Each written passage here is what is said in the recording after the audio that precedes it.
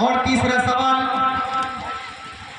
آئے کہاں سے، ہمیں جانا آئے اور ہمیں دنیا کے اندر آئے کیوں ہیں؟ میرے بھائی اسی شیطان کی وجہ سے آئے ہیں۔ اللہ تعالیٰ فرماتا ہے من عمل الشیطان، یہ شیطان کا کام ہے۔ اور ایک نکتہ میں آپ کو اور بتاؤں، بڑا پیارا، میں کہتا ہوں کہ آپ لوگ اپنے دلوں کو دھیان میں سنو۔ شراب کا ذکر اللہ تعالیٰ نے شرک کے ساتھ کیا، بتوں کے ساتھ کیا، اصنام کے ساتھ، آستانوں کے ساتھ کیا۔ کیا کہا؟ الخمر والمیسر، شراب اور جوا، والانصاب والازلام، اور آستانے اور پاسے، اللہ تعالیٰ نے شرک کے ساتھ شراب کا ذکر کیا۔ اور اسی لیے اللہ کے نبی فرماتے ہیں مدمن الخمر کا عابد الوطن، قیامت کے دن شراب پینے والا اللہ کے سامنے اس حالت میں حاضر ہوگا گویا کہ وہ دنیا کے اندر بتوں کی پوجا کرتا ہو، بتوں کی عبادت کرتا ہو۔ اور کیا چاہیے؟ اللہ تعالیٰ شرک جیسے عظیم گناہ کے ساتھ اس کا ذکر کرتا ہے۔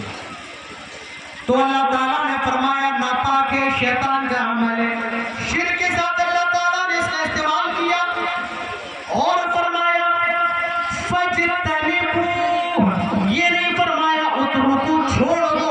اللہ تعالیٰ یہ بھی کہہ سکتا تھا اے لوگوں شراب کو چھوڑ دو، فرمایا وَاجْتَنِبُوا، اس سے اجتناب کرو۔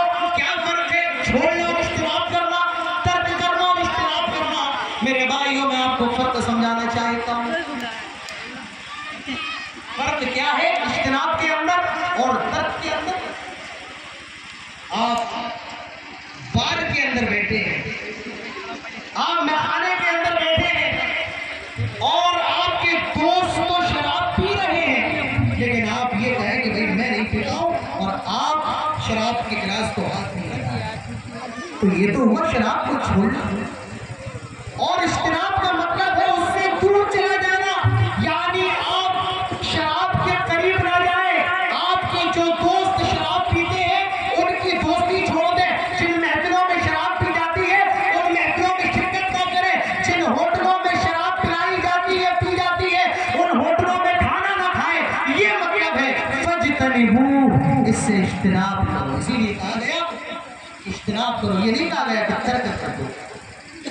وَاجْتَنِبُوا، اس سے اجتناب کرو، لَعَلَّكُمْ تُفْلِحُونَ، تاکہ تم کامیاب ہو جاؤ۔ آئے مسلمانوں، کامیاب ہونا ہے، کامران ہونا ہے، شراب کو چھوڑنا پڑے گا۔ آج بڑے افسوس کے ساتھ کہنا پڑتا ہے، آج ہمارے نوجوانوں کی حالت دیکھو، اور جاؤ شراب کے اڈوں پر ذرا نگاہ دوڑاؤ۔ آئے میرے نوجوانوں، تمہیں کیا ہو گیا ہے؟ اللہ تعالیٰ نے تمہیں پیدا ہی اسی لیے کیا تھا، تم جا کر شراب خانوں کو تالا لگاؤ، تم جا کر شراب کے اڈوں کو بند کرو، لیکن ہائے مسلمان، ہائے مسلمان، ہائے نوجوان، آج تو شراب کے اڈوں کو آباد کر رہا ہے۔ میری ماں، تم نے اپنے بچوں کو کون سا دودھ پلایا؟ مسلمان پیدا نہیں ہوا ہے شراب سے لوگوں کو بچائے، لیکن آج یہی مسلمان شراب کی لعنت کو عام کر رہا ہے۔ میرے بھائیوں، بڑے شرم کا مقام ہے، اور اسی لیے دنیا کے اندر ہمیں مارا جا رہا ہے۔ آج میرے بھائیوں حالات کیسے ہیں؟ حالات کیسے ہیں؟ میں اس محفل کی بات کر رہا ہوں، کہیں دور کی نہیں، اس مجلس کی بات کر رہا ہوں۔ کتنے لوگوں کے منہ گھٹنوں سے چل رہے ہوں گے، کتنے لوگوں کو سگریٹ کی طلب ہوگی، پنڈال سے باہر نکل کر سگریٹ بھی پینے جائیں گے۔ اور یہ آپ کے یہاں کا معاملہ نہیں ہے، پورے ہندوستان کا یہ معاملہ ہے۔ جلسوں کے اندر بھی گٹکے کھانے سے باز نہیں آتے ہیں، شراب پیلی اور سگریٹ سے میرے بھائیوں جلسوں میں بھی باز نہیں آتے ہیں۔ یہ تو ہندوستان کا معاملہ ہے۔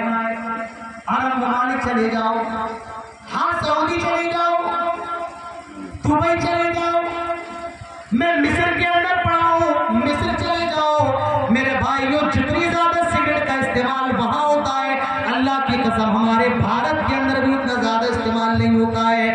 آج مسلمانوں کی اکثریت نشہ آور چیزوں میں ملوث ہے۔ میرے بھائی، اسی لیے دنیا کے اندر ہم کامیاب نہیں ہیں۔ اللہ تعالیٰ فرماتا ہے کامیاب ہونا ہے، کامیاب ہونا ہے، ان چیزوں کو چھوڑنا پڑے گا۔ لعلکم تفلحون، کامیابی تبھی تمہارا مقدر بن سکتی ہے۔ کامیاب ہونا ہے، چیزوں کو چھوڑو۔ اور ایک نقطہ اور، شراب کے ذریعے کیا ہوتا ہے؟ بغض و عداوت ہوتی ہے، لڑائی جھگڑے ہوتے ہیں۔ انما یرید الشیطان ان یوقع بینکم العداوۃ والبغضاء فی الخمر والمیسر، اور شیطان تو یہی چاہتا ہے تمہیں شراب اور جوئے کے ذریعے آپس میں لڑا دے، تمہارے اندر تمہارے دلوں میں ایک دوسرے کے لیے بغض پیدا کر دے۔ وَيَصُدَّكُمْ عَنْ ذِكْرِ اللَّهِ وَعَنِ الصَّلَاةِ، اور شیطان تو یہی چاہتا ہے شراب اور جوئے کے ذریعے تمہیں نماز سے روک دے، اللہ کے ذکر سے روک دے۔ وَهَلْ أَنْتُمْ مُنْتَهُونَ، تو اب بھی تم باز نہیں آتے ہو۔ جب یہ قرآن کی آیت نازل ہوئی، حضرت عمر نے کہا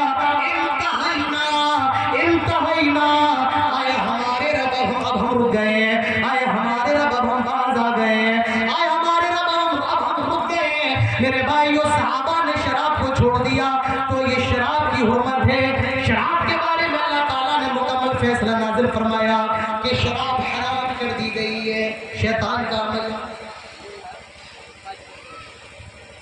آج ہم نبی اکرم جناب محمد رسول اللہ صلی اللہ علیہ وسلم کا کلمہ پڑھنے والے، آج رسول کی رسالت کا اقرار کرنے والے، اللہ کی وحدانیت کو ماننے والے ہیں، نبی سے محبت کا دعویٰ کرتے ہیں۔ یہ کیسے ہو سکتا ہے ایک آدمی رسول سے محبت کا دعویٰ کرے اور وہ منشیات کا استعمال کرے، نشیات چیزوں کا استعمال کرے، منشیات کا استعمال کرے؟ میرے بھائیوں، یہ کیسے ممکن ہے؟ آئے مسلمانوں، تمہارے دل گوارا کیسے کر لیتے ہیں؟ تمہارے اندر اتنی ہمت کیسے پیدا ہو جاتی ہے؟ تم اللہ کی وحدانیت کا اقرار کرنے کے بعد، رسول کی رسالت کا اقرار کرنے کے بعد، شراب کے اڈوں پر جاؤ اور 100 روپے 200 روپے 500 روپے 1000 روپے ریٹ تو لاکھوں میں شراب خریدو، تمہارے دل کیسے گوارا کر لیتے ہیں؟ کیا تمہارے رونگٹے کھڑے نہیں ہوتے ہیں؟ کیا تمہارے قدموں میں زلزلہ پیدا نہیں ہوتا ہے؟ کیا تمہارے دل لرزتے نہیں ہیں؟ ایک مسلمان ہی کیسے گوارا کر سکتا ہے؟ میرے بھائیوں، شراب کے بارے میں آئیے میں آپ کے سامنے ایک حدیث پیش کرتا ہوں، اور یہ حدیث ابن ماجہ کے اندر حضرت ابو دردہ رضی اللہ عنہ فرماتے ہیں، اوصانی خلیلی، میرے حبیب نے مجھے یہ وصیت کی ہے، میرے نبی نے مجھے یہ بتایا ہے۔ اوصانی خلیلی، میرے نبی نے بتایا، میرے خلیل نے مجھے وصیت کی ہے۔ کیا وصیت؟ اللہ کے ساتھ کسی کو شریک نہ کرنا، تو میں قتل کر دیا جائے، جلا دیا جائے، تب بھی اللہ تعالیٰ کے ساتھ کسی کو شریک مت کرنا، یہ وصیت کی ہے۔ دوسری وصیت، وَلَا تَتْرُكُوا الصَّلَاةَ، نماز کو نہ چھوڑنا، نماز کو جان بوجھ کے ترک نہ کرنا۔ میرے بھائیوں، بڑا اچھا کیا آپ نے جو مجھے شراب کا موضوع دے دیا، اچھا آپ نے کیا۔ اگر آپ اسلامی معاشرے کا موضوع دیتے تو اس کے اندر نماز بھی میں شامل کر لیتا، لیکن بات بہت زیادہ آگے نکل جاتی۔ اچھا کیا آپ نے مجھے یہیں تک محدود رکھا، لیکن میرے بھائیوں، میں یہ بات بھی کہہ دیتا ہوں، آج ذرا ہماری مسجدوں کے حالات دیکھیے، حالات دیکھیے، نمازیوں کی تعداد میں نگاہ ڈالیے، شرم کے مارے سر جھکاتا ہے، جبکہ نماز تو ایک ایسی عبادت ہے کسی بھی حالت میں معاف نہیں ہے، کسی بھی صورت میں معاف نہیں ہے۔ اور آج ہماری مسجدوں کا جائزہ لے لو، آج ہماری مسجدوں میں ٹائل سے پتھر ہے، موٹر لگائے، نل کھولو پانی، سردی میں گیزر کھولو گرم پانی۔ میں نے اپنے بچپن میں دیکھا ہے مسجدوں میں ٹائلس نہیں ہوتے تھے، مسجدوں میں پھٹی سی چٹائی بچھی ہوتی تھی، اور کنویں کے ذریعے، آج بھی بنگال کے علاقے میں کنویں سے پانی کھینچ کر کے وضو بنایا جاتا ہے، موٹر ہینڈ پائپ لگائے گئے، ہینڈ پائپ سے پانی نکال کر وضو بنایا جاتا تھا۔ لیکن آج کی سہولت ہے، بٹن دباؤ، موٹر چالو ہے، ٹنکی بھری ہوئی ہے، وضو کر لیا، ساری سہولتیں مسجدوں میں موجود ہیں، مسجدوں میں ٹائلز، پتھر، اے سی، کولر سب لگائے۔ میرے بھائیوں، اگر مسجدوں میں کسی چیز کی کمی ہے تو وہ صرف نمازیوں کی کمی ہے۔ اور یاد رکھو، مسجدوں کو بڑا بنا لینا، مسجدوں کو خوبصورت اور شاندار بنا لینا، مسجدوں میں اے سی لگا لینا، مسجدوں میں مہنگی مہنگی گھڑیاں لگا لینا یہ کمال نہیں ہے، مسجدوں کو آباد کرنا یہ کمال ہے۔ شاعر کہتا ہے مسجد تو بنا دی شب بھر میں ایمان کی حرارت والوں نے، من اپنا پرانا پاپی ہے برسوں میں نمازی بن نہ سکا۔ تو مسجدوں کو شاندار، مسجدوں کو جاندار بناؤ۔ انما یعمر مساجد اللہ من آمن باللہ والیوم الآخر، اللہ کی مسجدوں کو تو وہی آباد کرتے ہیں جو اللہ پر ایمان رکھتے ہیں، آخرت کے دن پر ایمان رکھتے ہیں۔ تو میرے بھائیوں، حضرت ابو دردہ کہتے ہیں میرے حبیب نے مجھے وصیت کی ہے کہ نماز کو جان بوجھ کر کے نہ چھوڑنا، اور میرے نبی نے یہ وصیت کی ہے وَلَا تَشْرَبَ الْخَمْرَ فَإِنَّهَا مَفَاتِحُ كُلِّ شَرٍّ، شراب نہ پینا، نشہ نہ کرنا، کیونکہ نشہ کرنا یہ تمام برائیوں کی چابی ہے۔ آدمی جب نشہ کرتا ہے تو وہ کس سے بات کر رہا اسے پرواہ نہیں ہے، وہ اپنے باپ کو ماں کی گالی دے رہا اسے پرواہ نہیں ہے، وہ زنا کر رہا اسے ہوش نہیں ہے۔ اسی لیے اللہ کے نبی نے فرمایا شراب نہ پینا، نشہ نہ کرنا، کیونکہ نشہ یہ شر کی گناہوں کی چابی ہے۔ اللہ کے رسول نے امت کو میرے بھائیوں شراب سے اتنا روکا کہ شریعت کے اندر شراب نام کی کوئی چیز ہی نہیں۔ اللہ کے رسول نے شراب سے اتنا منع کیا، آپ نے تو یہاں تک فرما دیا ارے شراب پینا تو بہت دور کی بات ہے، جس محفل میں شراب پلائی جا رہی ہے اس محفل میں بیٹھنا بھی جائز نہیں ہے۔ اور یہ میں نہیں کہتا ہوں، جناب محمد رسول اللہ صلی اللہ علیہ وسلم کا فتویٰ ہے۔ امام کائنات کہتے ہیں من کان یؤمن باللہ والیوم الآخر فلا یجلس علی مائدہ یدور علیہ الخمر۔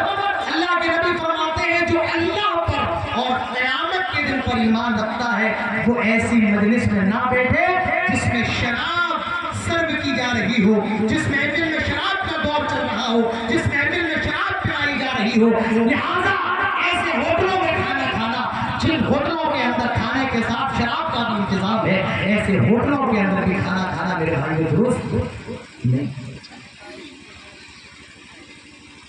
اب ذرا اندازہ لگائیے کیا ہمارے اندر ایمان ہے، کیا ہمارے اندر رسول اللہ صلی اللہ علیہ وسلم کی محبت ہے؟ اور شراب کی حرمت برکت کی دلیلیں دی جائیں تو دو کی طرح صاف ہے، جیسے سورج چمکتا ہے یہ بھی صاف ہے، لیکن میرے بھائیوں جب فطرت بڑھ جائے، جب غیرت بڑھ جائے تو انسان حرام کو حرام بھی نہیں سمجھتا ہے، غلط کو غلط بھی نہیں سمجھتا ہے۔ آج حالت یہ ہے کہ آج ہمارے یہاں حرام کو حرام نہیں سمجھا جاتا ہے، زنا کو زنا نہیں سمجھا جاتا ہے، شراب کو شراب نہیں سمجھا جاتا ہے، گناہ کو گناہ نہیں سمجھا جاتا ہے۔ یہی وجہ ہے۔ اللہ کے نبی فرماتے ہیں صلی اللہ علیہ وسلم ان العبد اذا اخطأ خطیئۃ نکتت فی قلبہ نکتۃ سوداء، جب آدمی گناہ کرتا ہے